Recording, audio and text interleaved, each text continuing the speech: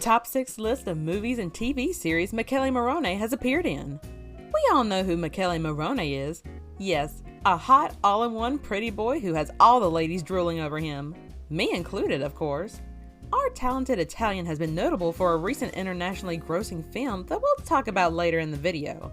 But before his success in the movie, he had starred in mostly Italian productions. Wait, you don't know about his previous works? Main character or not, we're here to serve you up some more of our one and only Michele Morrone. Number 6. Medici. Haven't heard Medici before? But Michele Morrone sure has me itchy and parts all over. Sorry, please don't get grossed out. Anyway, the series Medici premiered on Italy on Rai 1 on October 18, 2016, and the title actually refers to a surname. Yes, the Medici family of which the series centers on. The Medici family are bankers of the Pope during the Renaissance Florence. It actually has 3 seasons, and each season follows the events of a particular moment of a family history exploring the artistic landscape and political manners of Renaissance Italy. The first season is titled Medici, Masters of Florence. The first season takes place in 1429. What makes this year significant is because of the invention of the pressing the thumbs up button. Oh wait, I read that line wrong. It is because Giovanni de' Medici, head of the family, died. This leaves his son, Cosimo de' Medici, succeeding his father as head of the family bank. That bank is not any bank that you've seen, as it is the richest bank of Europe at that time. The second season, on the other hand, is titled Medici the Magnificent, which takes place 20 years later and tells the story of Cosimo's grandson, Lorenzo de' Medici, who is also known as the Magnificent. The final season then completes the story of Lorenzo. It premiered on Rai 1 in Italy on December 2, 2019, and the series reached around 8 million viewers on original airings. So what was Massimo's role in the series? Guess what? He played as the ship captain for 2 episodes. That reminds me of the yacht scene. Ah, good memories. Number 5. Bar Giuseppe. In this movie, a man named Giuseppe suddenly loses his wife. Both of them ran a service station with a bar on a busy road in Puglia, Italy. With his 2 adult children not giving him any help to run the family bar, or even press the subscribe button, can you imagine? Like, no help at all. He instead hires Bakira, an 18-year-old girl who has recently landed in Italy with her 2 adoptive parents. The 2 created a scandal in their provincial town, and also provoked Giuseppe's 2 sons as the 2 of them fall in love and get married despite the great age gap.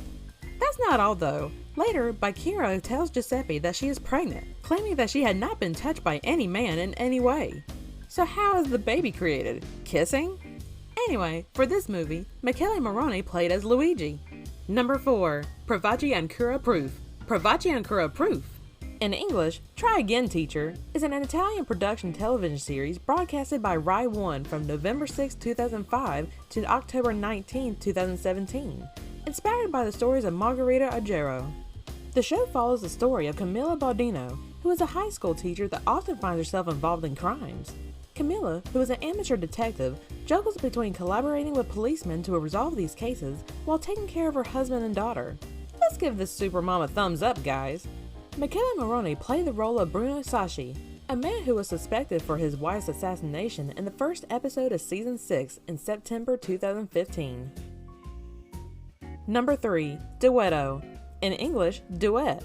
In this movie, our Michele Morrone plays the role of Marcello Bianchini. What does he do? Let's find out further. Duetto takes place in 1965 and tells the story of Cora, an 18-year-old Brazilian girl from an Italian family. Unfortunately, Cora lost her dad in a tragic car accident, and so she went with her grandmother, Lucia, to Italy. They traveled to the region of Puglia where her old family home still stands. The reason was because Lucia was aiming to sell the old family land lot, and then she encounters a familiar face along with her granddaughter. Who was it? It's none other than her sister Sophia and her husband Gino, and they hadn't talked for 40 years. Selling the family lot wasn't easy, as it turns out that the land was lost to bureaucracy. Also, their plans were held back due to the upcoming traditional music festival of the town. It's a pretty big deal since that's where the biggest Italian musicians performed. Lucia and Cora end up being forced to extend their stay, revealing old family issues which lead Cora getting to an intense journey of grief and growth. Another thing that happened with her was her encounter with, that's right, Marcello Bianchini, or Michele Morrone, who was an Italian cantautore and an idol to her deceased father. Number 2. The Trial. You've probably heard of this one. The series revolves around Elena Guerrera, a prospector who is later asked to investigate a murder of Angelica, a 17-year-old girl. However, it is soon revealed that Elena does everything to solve this case because Angelica is her biological daughter, who she had abandoned when she was a child.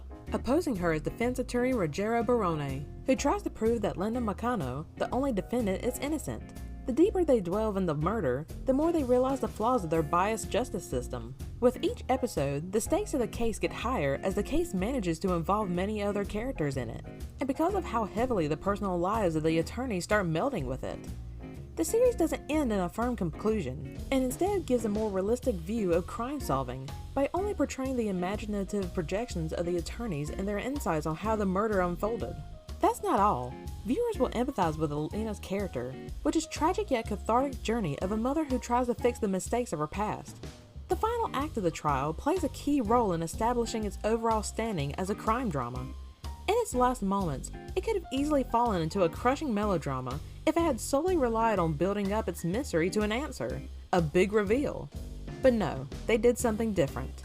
Instead, it ends on a rather bittersweet ending, revealing that the truth behind the girl's murder might not be real at all, or maybe it didn't really exist. Michele Morrone portrays Claudio Calaveri in this murder mystery television series. So what's Michele or Claudio Calaveri's role? Well, like Provaci and Cura proof, he also becomes a prime suspect of Angelica's murder, where his alibi is his wife Linda Macano, played by Camilla Filippi. Well, someone still better arrest this guy, as he's committing illegal acts of stealing. Hearts, that is. Number 1. 365 Days. Hey, we can't do this list without mentioning Michele Morrone's best film, right? Our beloved Michele Morrone plays as Massimo, the lead character of this movie. The plot involves Massimo, who is a member of the Sicilian Mafia family, and Laura, a sales director, is his soon-to-be love interest. Are you lost, baby girl? She goes on a trip to Sicily, trying to save her dying relationship, but she does not expect that Massimo will kidnap her and give her 365 days to fall in love with him. And so, the story continues with lots of dirty, dirty love-making scenes. Come on, we know you love them. Or perhaps they've given some audiences trauma. Anyway, the two eventually fall in love in romantic and very, very sexual ways. Yes, yachts, shower sessions, and all that. Guess we'll see more in the sequel. Didn't know it had a sequel? Well, you're in luck, cause you can watch our video, What to Expect in 365 Days Part 2, and get ready for the hype. And that's another climax of a video. Yes, a video. No other climax for us. Anyway, drop down a comment of what you think of these production titles. And cut. Till next time.